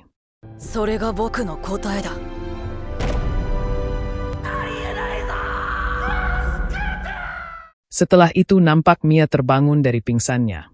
Light lalu memberitahukan jika Regunya telah masuk ke dalam dungeon untuk menangkap pembunuh petualang tersebut. Mendengar Mia menanyakan di mana teman-temannya, Light lalu menunjukkan kondisi Elio. Dan untuk Gimra dan Wordy, sang MC hanya menunjukkan potongan rambut mereka. Light meminta maaf karena ia tak bisa membawa mereka berdua. Sambil menangisi kepergian Gimra dan Wardi, Mia pun mengucapkan terima kasih kepada Light. Setelah itu nampak regu sang MC dipromosikan 2 kali dan naik ke peringkat C, karena telah mengungkapkan pelaku pembunuh petualang tersebut. Meski mereka tak menangkapnya, namun informasi itu saja sudah lebih dari cukup. Selain itu mereka juga berhasil menyelamatkan 2 petualang. Setelah itu pada malam harinya, nampak Leo dan Mia memutuskan untuk berhenti menjadi petualang dan pulang ke kampung halamannya. Leo berkata jika pertemuan mereka memang singkat, tapi terima kasih untuk semuanya. Meski mereka berdua masih bisa menjadi petualang dan bergabung dengan petualang lain. Namun sejujurnya Mia merasa jika kejadian itu membuatnya trauma. Apalagi rasanya agak aneh jika tanpa Gimra dan Wardi. Selain itu Leo juga ingin memulangkan mereka berdua. Mendengar hal ini Light pun menanyakan, bagaimana dengan cita-cita Mia yang ingin masuk ke Akademi Sihir? Mia pun menjawab jika ia akan belajar sendiri. Dan ia akan berusaha menjadi lebih hebat saat bertemu lagi dengan sang MC. Hai. Setelah mereka pergi Light pun berkeinginan akan mengajak mereka ke makam Gimra dan Wardi setelah ia mengungkapkan semuanya.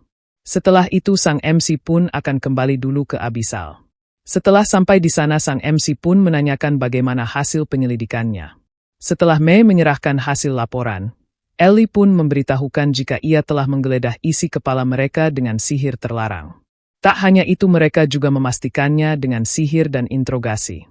Hasilnya diketahui jika submaster adalah istilah untuk menyebut kerabat sedarah master yang memiliki kelebihan mudah naik level. Selain itu apabila dibiarkan begitu saja, maka master itu bisa memicu kehancuran dunia. Mendengar hal ini Light pun bertanya-tanya, apakah master seorang diri bisa menghancurkan dunia ini? Diketahui juga jika informasi ini hanya potongan ingatan tentang percakapan antara Kaito dan Komandan Kesatria Putih. Dan Mei dan Ellie belum bisa memberi penilaian. Mendengar hal ini Light pun sadar jika petunjuk mereka sekarang adalah Komandan Kesatria Putih. Ia lalu menanyakan bagaimana dengan Kaito dan Yana. Melihat keadaan mereka, Light pun berkata jika mereka sudah tak berguna lagi. SS レア、亡者の宴。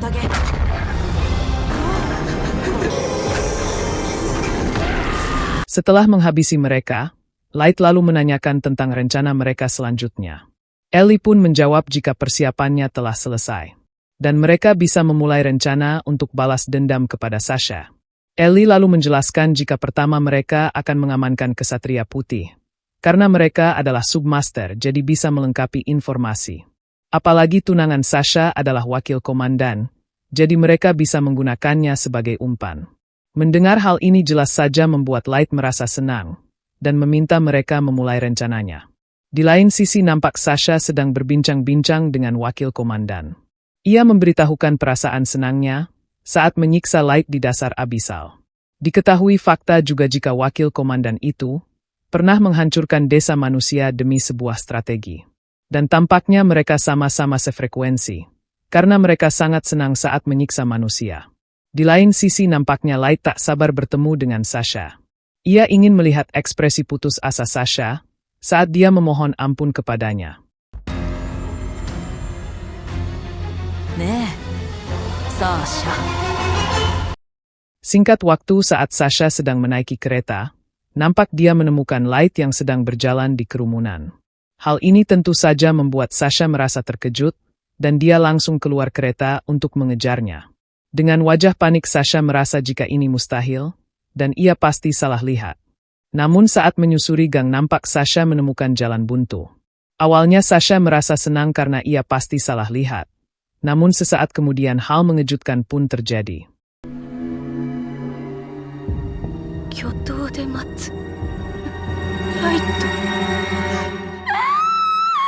Dengan wajah frustasi Sasha berkata jika semuanya akan lenyap.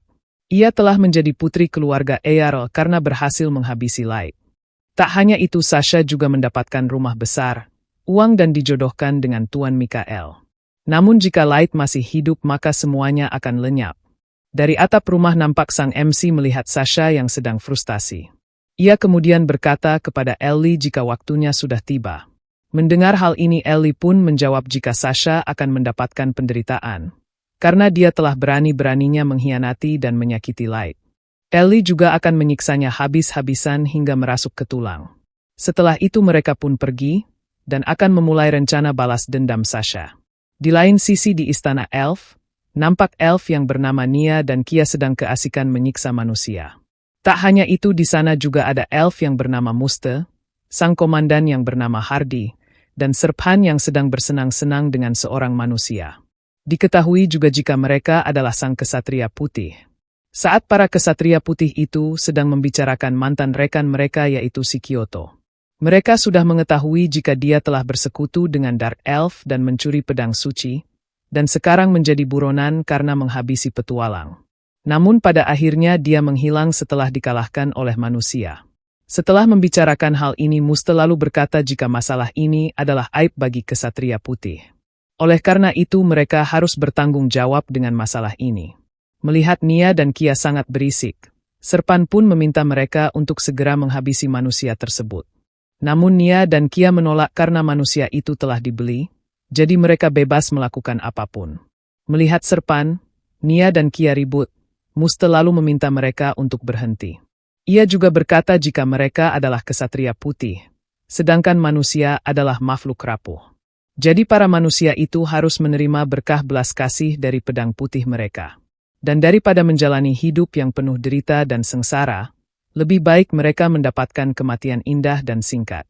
Mendengar hal ini Serphan pun berkata, jika ideologi konyol dan sifat keras kepala Muste akan jadi bumerang di masa depan nanti. Mendengar hal ini nampak mereka berempat ribut dan merasa benar dengan ideologinya masing-masing. Melihat mereka ribut, sang komandan pun berbuat hal demikian. Damare.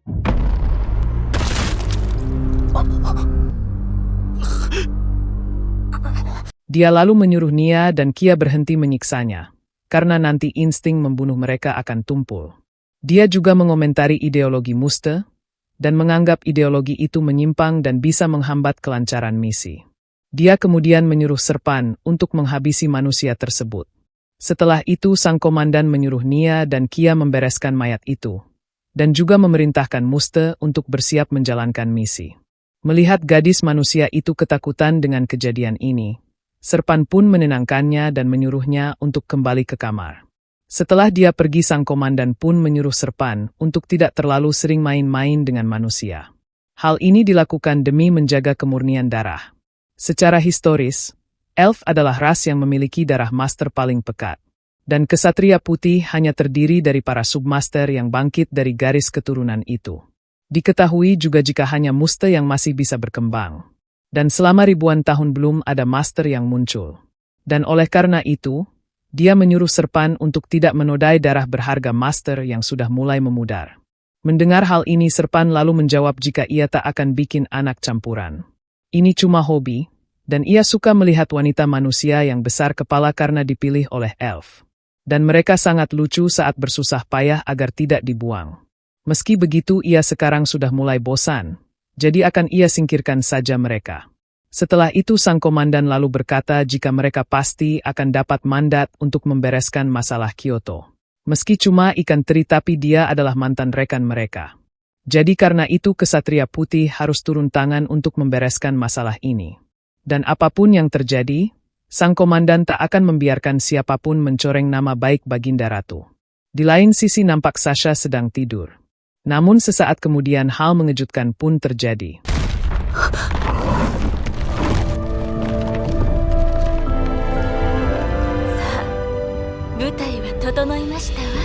Melihat menara yang tiba-tiba muncul, Sasha pun bertanya-tanya apakah Light ada di sana. Scene kemudian berpindah. Nampak kusir Elf sedang membawa beberapa anak manusia. Namun sesaat kemudian ia dibuat terkejut karena ada monster yang tiba-tiba muncul. Merasa ketakutan, kusir Elf itu langsung melarikan diri dari sana. Di dalam bar nampak beberapa Elf mendengar kabar, jika barang-barang tak bisa sampai gara-gara ada monster di jalan. Dan menurut rumor menara itu yang jadi penyebabnya. Meski keratuan Elf sedang menyelidikinya, namun mereka masih kekurangan orang. Dan jika para petualang mendapatkan informasi sedikit saja mengenai menara itu, maka mereka akan diberi imbalan yang cukup besar. Meski begitu, beberapa petualang elf enggan mengambil misi tersebut karena masih sayang nyawa. Di lain sisi, nampak Light dan dua bawahannya ikut nimbrung dengan kejadian menghebohkan ini. Namun tak lama kemudian ada dua elf yang tertarik dengan Nemumu. Mereka pun dengan percaya diri mengajak Nemumu untuk bergabung ke dalam partinya. Dan karena elf sedang mengajaknya bicara, dia harusnya merasa senang. Mendengar hal ini jelas saja Nemumu langsung menolak, karena ia hanya melayani Tuan Dark seorang. Dark juga berkata, jika Nemumu adalah teman berharganya, jadi mereka diminta untuk berhenti. ガキの出る幕リリースじゃねサンダーアロー Melihat Light mengeluarkan sihir tanpa mantra, jelas saja membuat orang-orang di sana merasa terkejut. Dan mereka pun mengetahui jika Light dan kelompoknya adalah pandir hitam yang dirumorkan itu.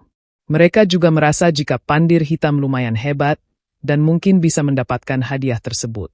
Mendengar hal ini, Light pun berkata jika rencananya telah berhasil. Dan sekarang informasi tentang mereka akan tersebar luas. Di lain sisi, nampak 3 orang elf sedang menjalankan misi tersebut. Karena misi ini sangat berbahaya, jadi mereka dengan liciknya menjadikan manusia berjalan di bagian depan. Mereka berencana menjadikan manusia itu sebagai umpan jika ada hal berbahaya yang datang. Anak manusia itu murah, jadi para elf itu merasa jika mereka cocok untuk barang sekali pakai. Namun sesaat kemudian hal mengejutkan pun terjadi.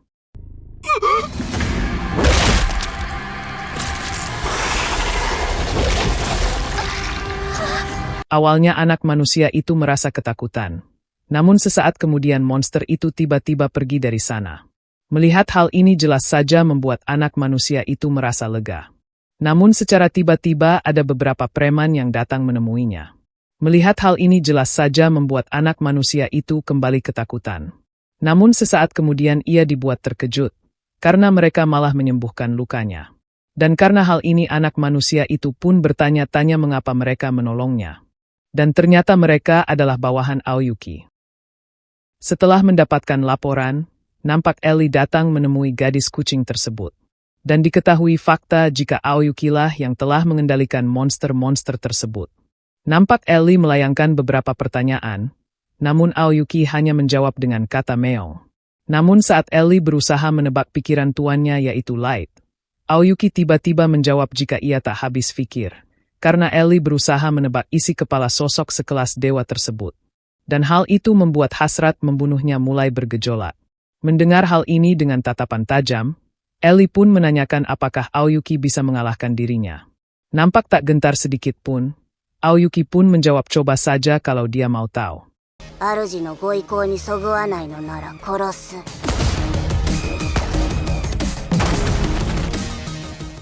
Di tengah ketegangan itu nampak para bawahannya melaporkan jika mereka telah sampai di tujuan. Dan ternyata mereka telah menitipkan anak manusia itu kepada seseorang. Anak manusia itu pun merasa senang dan berterima kasih kepada mereka. Di lain sisi nampak ketegangan mereka berdua telah mereda. Dan sesaat kemudian nampak Ellie pergi dari sana. Di lain sisi nampak Sasha sedang cemas dengan masalah ini. Dan jika dia berangkat sendirian ke tengah hutan, maka dia akan dihambat monster berlevel di atas 1000 tersebut. Ia tak yakin bisa melewatinya seorang diri. Namun jika kesatria putih bergerak, maka mereka akan mengetahui jika Light masih hidup. Dan bagaimanapun caranya, ia harus bisa masuk ke dalam sana, dan menghabisi Light dengan tangannya sendiri. Di lain sisi nampak para petinggi keratuan elf sedang mendiskusikan masalah ini. Salah satu petinggi kemudian menyarankan agar para kesatria putih untuk terjun langsung mengatasi masalah yang terjadi sebelum warga terkena dampaknya. Namun sayangnya sang komandan kesatria putih itu tak setuju dengan rencana ini. Ia menganggap jika mengerahkan kesatria putih tanpa informasi akurat, ibarat menggali lumpur menggunakan pedang tajam. Artinya pedang tumpul pun seharusnya sudah cukup. Dan sebagus apapun pedangnya jika tidak kena musuh akan percuma. Mendengar perdebatan ini orang-orang lainnya pun sadar. Jika kanselir dari faksi reformis selalu saja bertentangan dengan Hardy yang dari kepala faksi konservatif. Tak lama kemudian nampak sang ratu setuju dengan rencana komandan kesatria putih. Dan atas nama Ratu Leaf, ia memerintahkan mereka untuk meningkatkan hadiahnya. Mereka akan bekerja sama dengan warga untuk mengumpulkan informasi tentang menara. 七光め。 Dan ternyata Hardy sang komandan merupakan anak dari sang ratu. Dia kemudian berterima kasih karena sang ibu telah membelanya. Ratu Liv lalu menjawab jika ia tak ingin putra kesayangannya terlibat dalam bahaya. Meski begitu Hardy merasa jika kanselir cukup merepotkan. Dia menjadikan kemunculan menara misterius sebagai kartu dalam permainan politiknya. Mendengar hal ini sang ratu pun merasa kasihan kepada kanselir. Karena dia dipelototi oleh elf terkuat. Hardy menjawab jika ini bukan lelucon, karena jika ada kesempatan kanselir ingin menghapus sistem matriarkat dari negara ini. Meski begitu sang ratu merasa tenang, karena mereka bisa melakukan apapun selama ada elf terkuat seperti Hardy. Namun masalahnya adalah menara misterius tersebut. Jika itu menjadi sumber yang bisa menggoyahkan negara, maka mereka akan mendapat masalah besar. Mendengar hal ini Hardy pun menanyakan apakah yang dimaksud adalah kelahiran Raja Iblis. Sang ratu lalu menjawab jika mereka bisa mengalahkan Raja Iblis dengan kekuatan aliansi 8 negara. Namun masalahnya, pahlawan hanya akan terlahir di antara manusia. Dan karena hal ini sang ratu berharap bisa memusnahkan manusia. Namun jika melakukan hal itu, maka merekalah yang akan dianggap Raja Iblis. Diketahui juga jika pahlawan yang lahir dari ras manusia berpeluang menjadi seorang master. Dan jika mereka tak merekrut atau menghabisinya, maka merekalah yang akan musnah. Setelah itu mereka membicarakan soal anak manusia yang dicurigai sebagai master beberapa tahun yang lalu. Dan ternyata Hardy berkeinginan menjalankan peran menghabisi kandidat master tersebut. Ia menganggap jika manusia adalah hama kotor yang membawa petaka di dunia ini. Mereka tak pantas hidup, jadi ia hanya ingin membuat mereka tahu diri dengan tangannya sendiri. Di lain sisi nampak Light mendaftar untuk memulai misi investigasi menara. Namun sesaat kemudian mereka merasakan hawa membunuh dari orang-orang yang kemarin. Tak lama kemudian nampak Sasha mendengar suara Light barusan. Melihat Sasha memanggilnya, Dark lalu memberitahukan jika dia adalah Sasha. Sang MC kemudian meminta mereka berdua untuk jangan turun tangan.